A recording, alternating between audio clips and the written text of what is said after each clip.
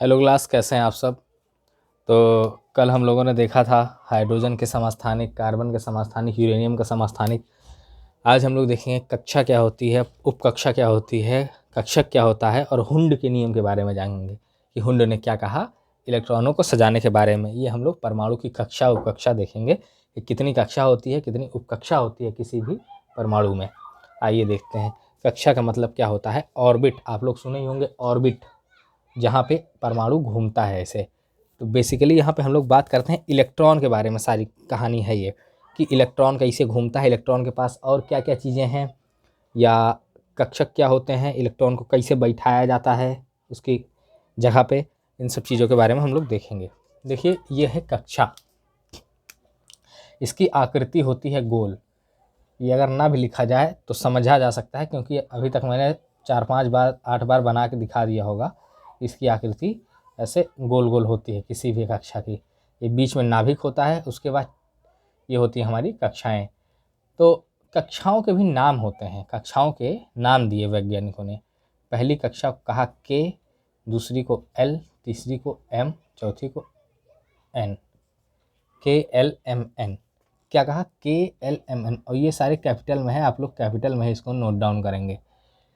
तो K में कितने इलेक्ट्रॉन होते हैं, L में कितने इलेक्ट्रॉन होते हैं, M में कितने इलेक्ट्रॉन होते हैं और N में कितने इलेक्ट्रॉन होते हैं, ये मैं आपको बता चुका था उस दिन 2n² वाले नियम से। पहली कक्षा मतलब n स्क्वायर, n का स्क्वायर कर देंगे, 1 × 1 1, 1 2 जा, उसके बाद फिर इसमें इंटू करेंगे तो ये 2 हो जाएगा। 8 कैसे आया, तो दूसरी कक्षा मतलब दूसरी कक्षा स्क्वायर 2, ये हो जाएगा 4, 4 × 2 8, ये 8 आ जाएगा। ये मैं आपको उस दिन समझा चुका हूँ। तो पहली कक्षा में 2 इलेक्ट्रॉन होंगे, दूसरी कक्षा में 8 इलेक्ट्रॉन होंगे, तीसरी कक्षा में 18 इलेक्ट्रॉन होंगे और चौथी कक्षा में 32 इलेक्ट्रॉन होंगे। इस तरह से हम इलेक्ट्रॉनों को रखते हैं। इतने इतने इलेक्ट्रॉन अपनी अपनी कक्षा में होते हैं। ये पहले कक्षा को हम लोग के कहते हैं, दूसरे को एल कहते हैं, तीसरे को एम कहते हैं, चौथे को एन कहते हैं। KLMN। अब पहली दूसरी तीसरी चौथी के हिसाब से बात नहीं होगी। अब जब बात होगी केमिस्ट्री में तो हमारी आपकी KLMN के हिसाब से होगी। आपको ये क्योंकि अब बता दिया गया है, अभी तक नहीं बताया गया था। अच्छा देखिए, KLMN तो हो गया ठीक, लेकिन इनके पास भी अपने कुछ और भी उपकक्षक होते हैं। जैसे कि पृथ्वी है हमारा, पृथ्वी ग्रह है, लेकिन इसके पास उपग्रह है जो इसके इर्द गिर्द घूमते रहते हैं, इसके इर्द गिर्द घूमते रहते हैं। इसी तरह गुरु है, गुरु के पास भी अपने ग्रह है, गुरु एक ग्रह है और उसके पास अपने उपग्रह हैं। देखिए यहाँ पे थोड़ा चमक आ रहा होगा, इसलिए मैंने इस एरिया में कुछ लिखा नहीं है। उसके पास भी अपने उपग्रह हैं। आपने देखा होगा जैसे ये पृथ्वी है तो एक चंद्रमा है, ये अगर अर्थ मान लिया जाए तो ये चंद्रमा है जो इसके इर्द गिर्द घूमता रहता है। ऐसे ही इलेक्ट्रॉन्स के भी कुछ उपकक्षक होते हैं जो इनके इर्द गिर्द किनारे किनारे घूमते रहते हैं। और कैसे घूमते हैं अभी आइए हम लोग देखते हैं। हर कक्षा के पास कितने उपकक्षक होंगे ये भी हम लोग देखेंगे। ये होते हैं उपकक्षक। उपकक्षा मतलब उपकक्षक मैंने बोल दिया, कक्षा और उपकक्षा। ये हो गई हमारी कक्षा, ये कक्षा है। इसके पास कुछ अपने उपकक्षक होते हैं जो ऐसे ऐसे इसके पास घूमते रहते हैं, या उपकक्षा होती है। सब ऑर्बिट जिनको बोलते हैं। इसकी आकृति कैसे होती है, डमरू या डंबल आकार, डमरू या डंबल आकार की इसकी आकृति होती है। 4 प्रकार के होते हैं ये। SPDF क्या बोलते हैं इनको, SPDF। और इसको हम लोग स्मॉल लेटर में याद रखेंगे। ध्यान रखिएगा, किसी भी जो कैपिटल में लिखा हुआ है वो कैपिटल में, जो स्मॉल में लिखा हुआ है वो स्मॉल में। आप ऐसा नहीं करेंगे कि S ऐसे लिख दिया, P ऐसे लिख दिया। इसीलिए यहाँ पर विशेषकर हमने कैपिटल लेटर और स्मॉल लेटर में लिख दिया है ताकि कन्फ्यूजन ना हो। अब इसको याद करने का क्या तरीका है, इसको तो आपने याद कर लिया था। ये 2 से शुरू होगा और इसमें 4 बस प्लस करते जाइए, +4 +4 +4 SPDF। अब किसी कक्षा के पास हो सकता है S हो सिर्फ, किसी कक्षा के पास SP हो, किसी कक्षा के पास SPD हो, किसी कक्षा के पास SPDF, चारों होंगे। अब वो होते हैं, मैं भी आपको दिखा रहा हूँ आगे की चर्चा में। S के पास 2 इलेक्ट्रॉन होता है, P के पास 6 इलेक्ट्रॉन होता है, D के पास 10 इलेक्ट्रॉन होता है और F के पास 14 इलेक्ट्रॉन होते हैं। कैसे, और ये इलेक्ट्रॉन मानिए जैसे कि के कक्षा है, ये कक्षा के हो गई, ये कक्षा के हो गई, तो ये एस है, एस के पास 2 इलेक्ट्रॉन है, ये ऐसे ऐसे ऐसे ऐसे चक्कर लगा रहा है। कक्षा के पास अपनी जो उप कक्षा है वो उसकी चक्कर, कक्षा तो परमाणु की नाभिक की चक्कर लगाती ही है, प्लस इसके साथ साथ इसकी उप कक्षा भी ऐसे ऐसे ऐसे ऐसे ऐसे ऐसे ऐसे ऐसे ऐसे ऐसे चक्कर लगाती है इसका। तो आप समझ गए, इसमें कुछ है नहीं। देखिए 2 यहाँ पे आप ऐसे याद रखेंगे, एस के पास 2 होता है, पी के पास 6 होता है, डी के पास 10 होता है, एफ के पास 14 होता है। याद रखने का बहुत सिंपल तरीका है, 2 से स्टार्ट करिए, 4 4 प्लस करते जाइए, 4 4 प्लस करते जाइए, 6 10 14, बहुत आसानी से। अभी आप 2-3 बार देखेंगे तो इतनी बड़ी कोई चीज़ है नहीं, नॉर्मल सा है, याद हो जाएगा। इसके साइन भी होते हैं, इसकी साइन क्या होता है, साइन या आकृति, इसका आकृति डंबल आकार होता है। एस की आकृति ये होती है, देख रहे होंगे आप, एक लाइन खींच के बीच से डमरू घुमा दिया।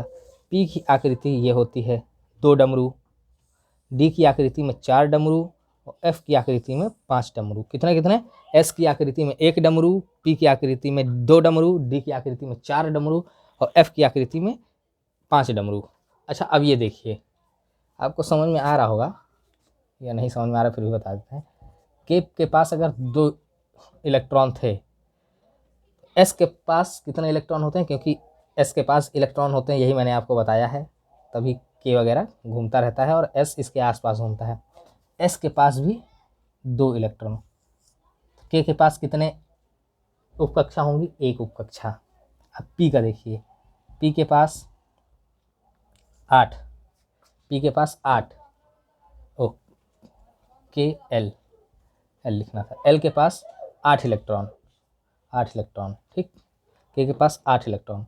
तो के पास कितनी कक्षा हो जाएगी, कितने उपकक्षा होंगी, इसके पास एस और पी दोनों हो जाएगी। क्यों हो जाएगी, क्योंकि एस के पास 2 इलेक्ट्रॉन है और पी के पास 6 इलेक्ट्रॉन है। समझ गए।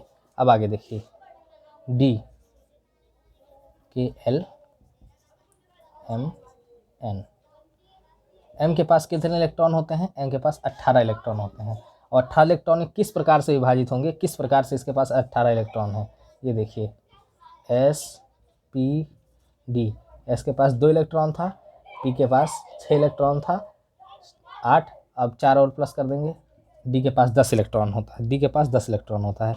तो मैं समझ रहा हूँ कि आप ये समझ पा रहे होंगे, यहाँ पे ये 18 इलेक्ट्रॉन तीनों मिलके हो गए, मतलब इसके पास 3 उपकक्षा होंगी, एल के पास 2 उपकक्षा होंगी, के पास 1 उपकक्षा होगी। और एन के बारे में अगर देखें तो एन के पास होता है 32, तो 32 का कैसे डिवाइड करेंगे, उसी प्रकार से S P D F, S के पास 2 इलेक्ट्रॉन, पी के पास 6 इलेक्ट्रॉन, डी के पास 10 इलेक्ट्रॉन, एफ के पास 14 इलेक्ट्रॉन, 14 10 24, 6 30, तो 32। तो यहाँ पे इस प्रकार से इसके पास 32 इलेक्ट्रॉन, मतलब एन के पास चारों उपकक्षाएं मौजूद होंगी, चारों उपकक्षाएं एन के पास पाई जाएंगी, एन कक्षा के पास चारों उपकक्षाएं पाई जाएंगी। ठीक, समझ गए आप। अब आगे देखते हैं कक्षक क्या होते हैं।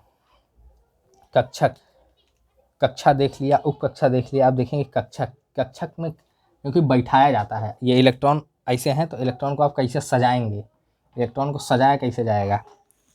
अब कक्षक में होता क्या है, ये कक्षक जो भी होते हैं, कक्षक जितना भी होगा, आपके एसपीडीएफ जितने भी दिया होगा, एसपीडीएफ उपकक्षा के आधा होंगे, उपकक्षा में जितने भी इलेक्ट्रॉन होंगे उसका आधा होगा आपका कक्षक, क्योंकि एक कक्षक में 2 इलेक्ट्रॉन बैठते हैं। और अगर आप समझ पाएँ तो समझिए कि अगर एस है, सिर्फ एस उपकक्षा दी गई है, तो एस के लिए अगर एक डिब्बे में, पहले तो ये समझिए कि कक्षक होता क्या है। कक्षक की आकृति ये होता है, देखिए बहुत तेज घूमता है सब, जब इलेक्ट्रॉन बहुत तेज ऐसे घूमता है तो घने बादल टाइप का आकृति बनाता है, और घने बादल टाइप का आकृति बनाता है, लेकिन उसको हम डिनोट करते हैं यहाँ पे बक्से आकार में, बक्सा आकार में। ठीक है, इसकी आकृति क्या होती है, जैसे इसका आकृति डमरू था उपकक्षा का, वैसे इसका बक्सा आकार में दिखाते हैं। जब ये है ना, ये मानिए इलेक्ट्रॉन है, ये ऐसे घूमता है, जब तो बहुत तेज घूमता है तो ये बादलनुमा आकृति पैदा करता है, बादलनुमा आकृति बनाता है, उसको बक्सा के आकार में हम लोग दिखाते हैं। तो बोलेगा कि आकृति कैसी है, तो बक्सानुमा आकृति होती है। और देखिए उपकक्षा में जितने इलेक्ट्रॉन होंगे उसका आधा बक्सा बनेगा, उसका आधा कक्षक होगा, क्योंकि बिकॉज एक बक्से में या एक कक्षा में, जब हम बक्सा बोलें तो आप एक कक्षक समझिएगा, कक्षक को बक्सा समझिएगा, आसानी से समझ में आएगा, बिकॉज एक बक्सा में 2 इलेक्ट्रॉन बैठते हैं। तो अब इस हिसाब से आप बताइए कि अगर s के पास 2 है, s के पास 2 इलेक्ट्रॉन हैं तो उसके लिए एक ही बक्सा तो बनेगा। s के पास अगर 2 इलेक्ट्रॉन हैं तो उसके लिए एक ही बक्सा बनाएंगे ना, क्योंकि 2 इलेक्ट्रॉन बैठेंगे तो, और इलेक्ट्रॉन बैठते कैसे हैं, ऐसे, एक का मुंडी ऊपर एक का मुंडी नीचे, मुंडी मतलब खोपड़ी। थोड़ा सा नॉर्मल लैंग्वेज में समझाने की कोशिश कर रहा हूँ, बुकिश लैंग्वेज से हट के, ताकि समझ में आए।